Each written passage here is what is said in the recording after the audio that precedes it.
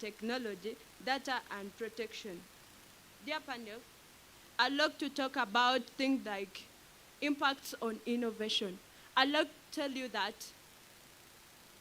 yes, we are saying that Uganda should place strict legal limits on the use of artificial intelligence in communication and social media. Let's talk about impacts on innovation. Now, when people are saying that there should be there should be artificial intelligence, so how will these people be able to come up with innovation? We have to come up with innovation through using the things that we are using, through using the things that we are seeing, apart from these artificial intelligences. Let's talk about freedom of expressions. Dear panel, I'd like to tell you that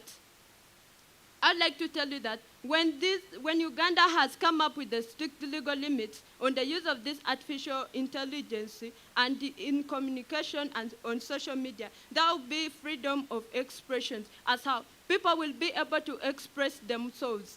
People will be able to do things that they need, since there is legal, like strict laws since there is strict legal limits on the use of artificial intelligence in communication and social media. Let's talk about privacy and security. I'd like to tell you that everyone needs privacy. So now when this Uganda is coming up with the strict laws and on limiting the use of artificial intelligence in communication, there will be privacy, as how people's secrets will not be exposed. People's secrets will not be like exhausted. So I come up by saying that this house should.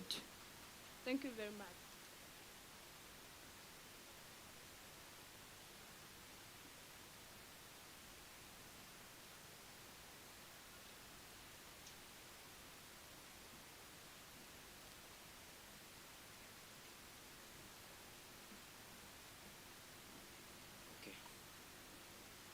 Okay.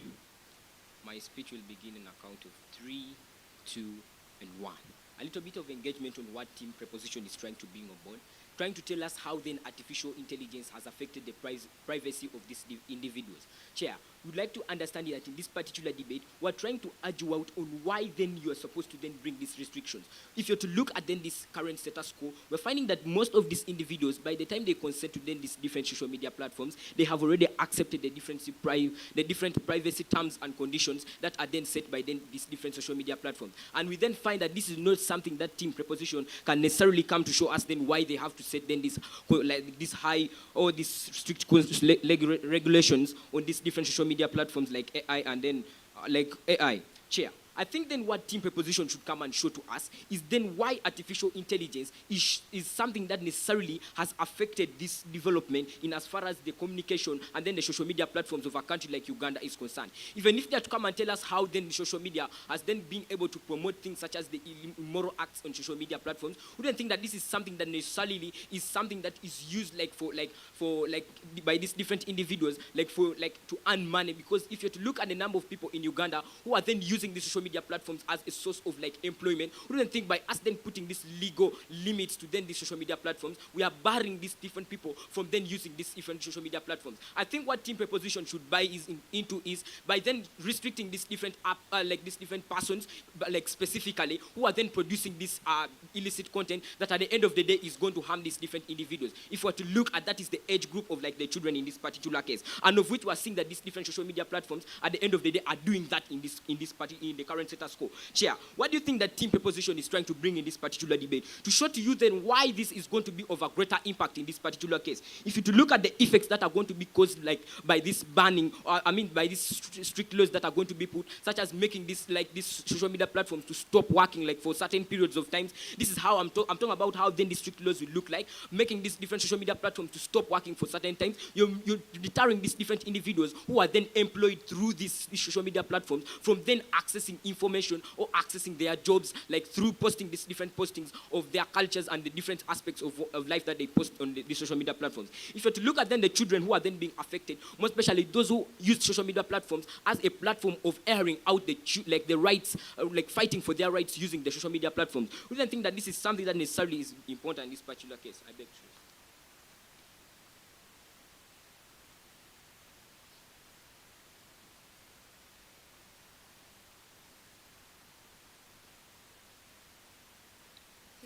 mass. I'd like to start my speech in PCM, resolved panel. Our motion states that the House believes that this House believes that Uganda should place strict legal limits on the use of artificial intelligence in communication and social media. Dear panel, what are these AIs? These are let me give an example, like computers, robots, and etc. For I want to tell you that Tim Negeras comes and tells us that what they want the reason for us limiting, for Uganda limiting the use of ATI. I want to tell you that, sorry, not ATI, AI. I want to tell you that if we limit the use of these things, the use of the AIs, I would tell that people there shall be free sharing of information. Now in Uganda today, let me say in Uganda today, some people share to be online. Some people fear cyberbullying is everywhere. Do you know the reason? Denied. I would like to put more light on what my dear said. Freedom of exposure.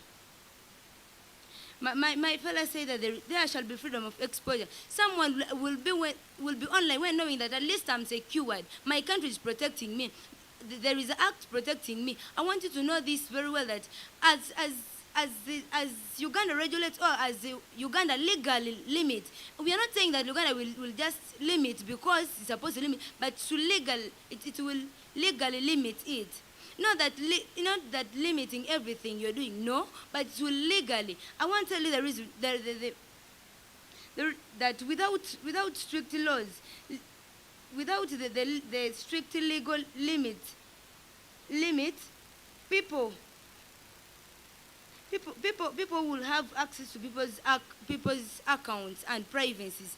Just to see, if someone talks about privacy, there are things you should not expose to people. But now, if the government, or if the people are legally, if the government, let me say, if like UCC is now, this is the house controlling the communication Uganda worldwide, so it will have a limit legally to protect the people who are using social media. Thank you very much.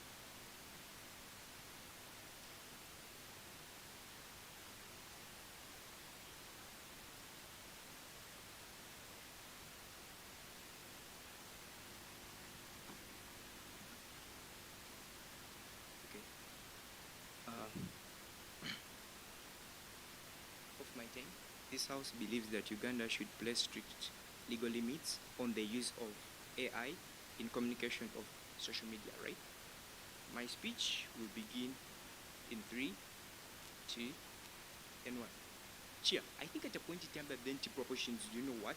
Things like maybe freedom of expression can necessarily exist on their side, right? But two things, they do not give us any mechanism that which can maybe exist on their side of the House. Then secondly, they do not give us any analysis how it can basically work, right? I do think it basically works on our side of the House, right? Why is this true, right? We then characterize to you the strict of legal limits, right? Basically, this looks like putting these particular restrictions on this particular AI in terms of communication and social media, right? This at a point in time looks like maybe banning them from what necessarily they are inherently doing, right? At a point in time that they're not necessarily doing that in terms of communication and social media, where basically people inherently look at this particular thing, that necessarily means you're actually maybe restricting them from their personal freedom or personally expressing, right? But then basically when these particular things are not there, like maybe in status quo, which you're necessarily advocating for, that necessarily means people have the personal freedom of expression to one another, right? They do not necessarily mean that maybe, you know what, we are necessarily dealing with our children who basically cannot like maybe give the personal freedom of expression to others, right? But basically we are dealing with adults who necessarily have that personal expression to others, right? Why is this then true? I think stakeholders and social debate can necessarily exist at others, right? Because literally the biggest person in the year where literally children are actually in schools, they don't basically bring things like maybe immorality as the problem may literally exist, right? But basically we are dealing with parents who necessarily look at this particular AI system as their basic source or not necessarily they are inherently doing, right? So we do have that personal freedom of expression, this personal debate, right? We do think that maybe secondly,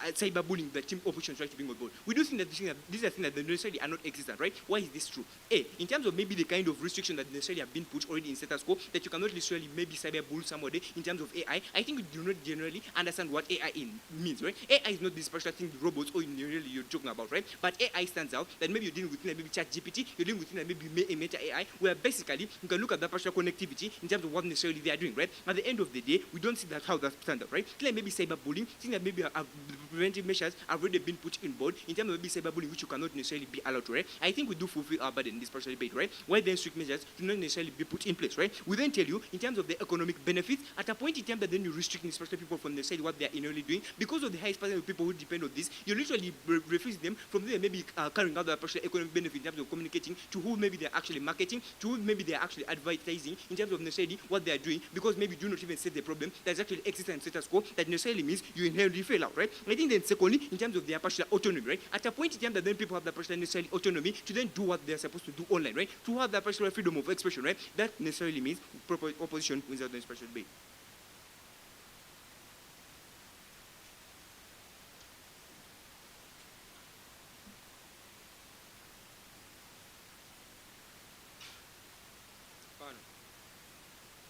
I'll begin in PCM results. This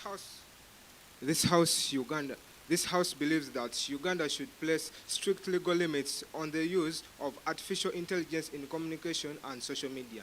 My dear panel, I would like to inform you firstly that the team affirmative came here and left hanging questions for us to answer, and here am I to answer them. Firstly, they asked us how they can strict legal limits, and I want to inform them that we can prohibit artificial intelligence practices by banning these systems. And another thing is that we can also put a high risk on AI systems. That question is also answered. Another thing that I would also love to tell you about is why do we strict? We majorly do this stricting to safeguard our children and vulnerable groups of people from the exposure and the harm. My dear panel, I would love to inform you that AI generates content online, content that can harass people online and can also exploit people. Therefore, that is why we have the need to put strict legal limits on the use of artificial intelligence. Another thing is that they also came here and told us about people who are employed on social media platforms. My dear panel, the first affirmative speaker came here and majorly talked about social media platforms, but I would also love to put him back onto line that we are speaking about artificial intelligence,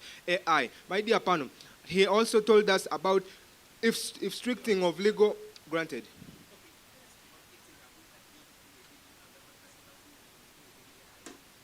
Pardon? My dear panel, he's asking me the magnitude at which we have done, at which what? I would love to inform you that the question you're asking me is not necessary at this moment, because you cannot ask me how it has been harmful, but what has brought me here is to put you right. Therefore, I would love to also inform you that one of the affirmative speakers told us about losing of jobs to people that have been employed in that AI community. My dear panel, I would love to inform you that as the third speaker came here and told us AI is about ChatGPT, Meta AI, and robots, I would also love to inform you that if Meta AI, if artificial intelligence materials are used, it means that people will not be involved in this. I would also love to inform you, give you honest. Therefore, in ending, I would love to support the resolution by saying that this House believes that Uganda should place strict legal limits on the use of artificial intelligence in communication and social media. Thank you.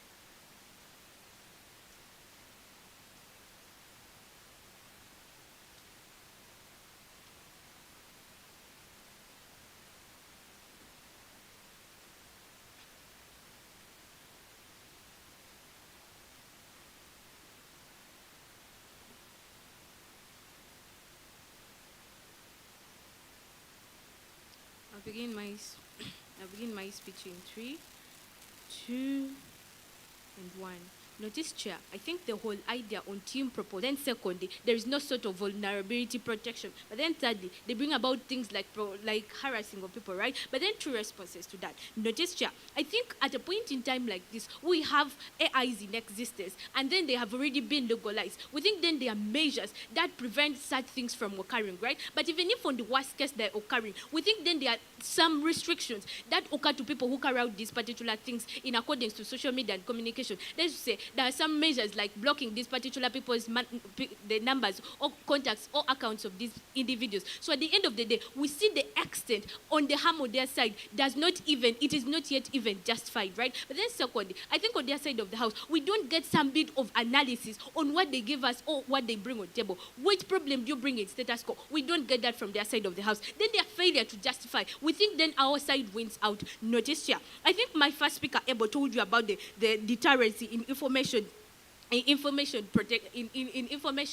like posted, right? They told you at a point in time like this where we have limits, we then have something like blocking of these people, or like the limits will restrict these people from posting some sort of information which may be useful to the people, right? So if we have that in existence, we think it is bringing about the bad impacts. That is to say, economic deterrency, that is to say, in terms of the people depending on it to make money, but then secondly, in terms of the people like who make it to get information that is useful in their jobs, we think then it is relevant for us to not insert these strict rules because of the economic benefits, but then secondly, we think then on the social benefits, we outweigh them. That is to say, we think then this embrace communication, that is to say, individuals can easily communicate through this particular as in the impact of the communication and social media. So that the point in time like that where we have that magnitude of benefit, we think then their side does not win out on that. But then we think then in terms of autonomy, our side shows you how autonomy is one of benefit, but then secondly, it covers the majority of the people, and then those people who are vulnerable, right? Now, onto autonomy. We think then these individuals have the autonomy to do what they want, right? They have the autonomy. So at the point in time like this, why they don't justify how autonomy does not outweigh. We think then we win out on that, and then they have failed to show us how our sides wins out on that. So for that, I rest my case.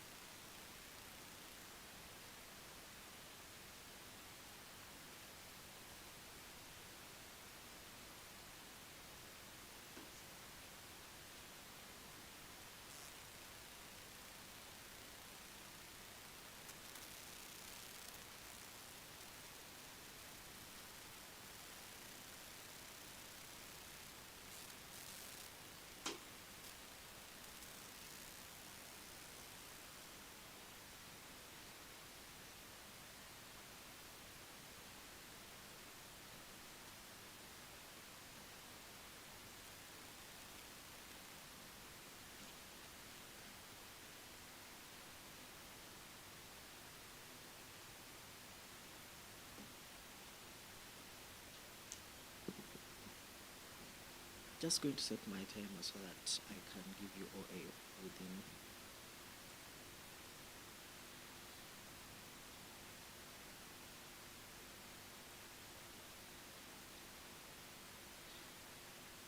Okay, my OA begins in 3, 2, 1.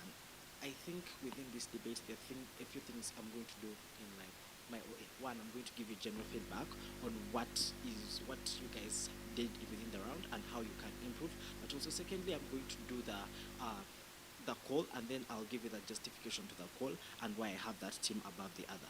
Firstly, on general feedback, I think what we need to understand is one, to go deeper into motion analysis and doing things like characterization. Your speeches were fine, but what was most important here was for you to identify the biggest problem and the most contentious things that are within the motion, and then prove to your burdens as op or prog to what extent then you have those problems solved. If you then find the problem and you show us why that problem then exists and how then you solve that problem with the model that has been given to you by the motion, you stand a chance to win the debate. The second idea here is to look at things like analysis that are within your arguments. What do I mean here? I think the first thing that you have to have is things like having your claims, your arguments must have claims, why those claims necessarily are true, and mechanisms to on how you get impacts. It is very absurd for you to just come and paint a world where you just have impacts, but without mechanisms to lead to us to get to those specific impacts. If that then lacks out of the debate, there's already a problem with logical linkages.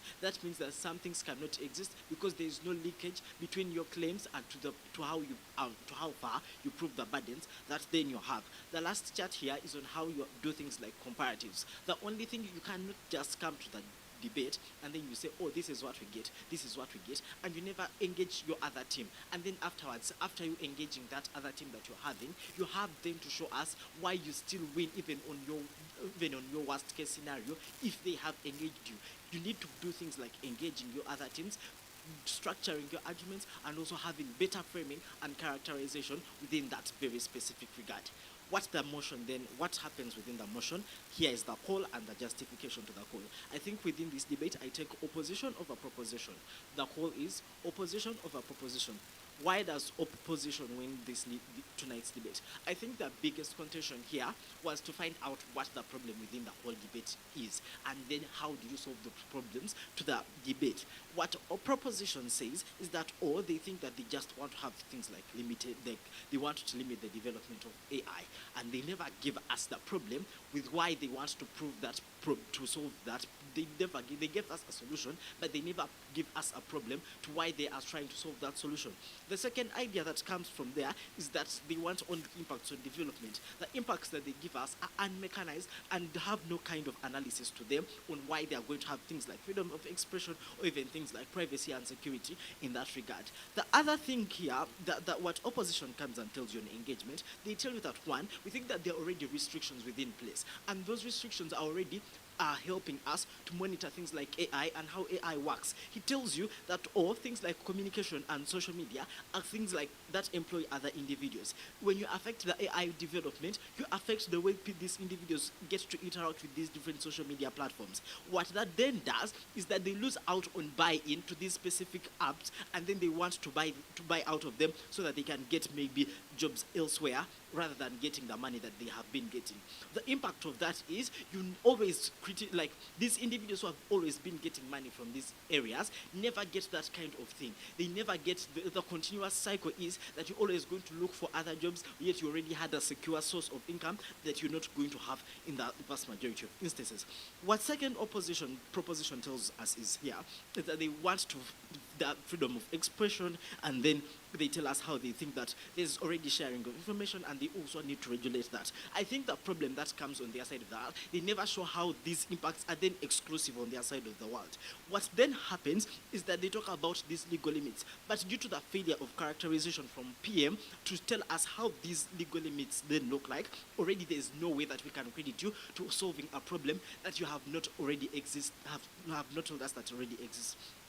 The last chart here on the biggest clash, on who protects the most vulnerable individuals within society. I think what proposition tells us is that, or they think that they need to give these individuals things like right to privacy, things like right to exposure, and also freedom of expression. They never tell us to what extent these individuals require these kinds of things. What opposition does in tonight's debate is to tell us that, hey, there's this that is already happening, that these individuals are already vulnerable, meaning that they do not necessarily have things like job opportunities where they can get any kind of income. At a point in time, you then remove this only source of income that they have. You already cripple them down to never having any things like income. They tell you that in what they characterize for us what your side of the world is then not going to look like. They tell us that on your side of the world, you're going to do things like blocking people's accounts and also putting about more stringent measures and adding on the ones that already exist. That means that there is already a loss of incentives for these individuals to do things like in participating in things like work, because the little that you have already taken it away. I think then the last chart here is on the whole idea of autonomy. They think that on their side of the world, autonomy is very important for these people because they get a chance to choose on what they want and what they do not want. They clearly tell you that there are different individuals who use these kinds of things. There are the mature individuals and then the young kids. And there's already restriction to those individuals on how they are going to use these things. And if that then exists, things like more stringent measures do not exist. What then can opposition do to improve within tonight's debate? I think the first idea here is to always try and identify the problem within, rather proposition, to identify the problem within the debate. Secondly, then you link that kind of identification to the problems that then you think you are, to the solutions that you have. The last idea here is on better mechanization and analysis within your arguments. What opposition can do better, I think you need them to show how most of these impacts that you get are most likely exclusive to only your side. The other thing here, you need to add in the comparative on your side of the alt. What exists on the other side, and then why do you win on those specific margins? With that, my OA is done, and the last minute is for personal feedback.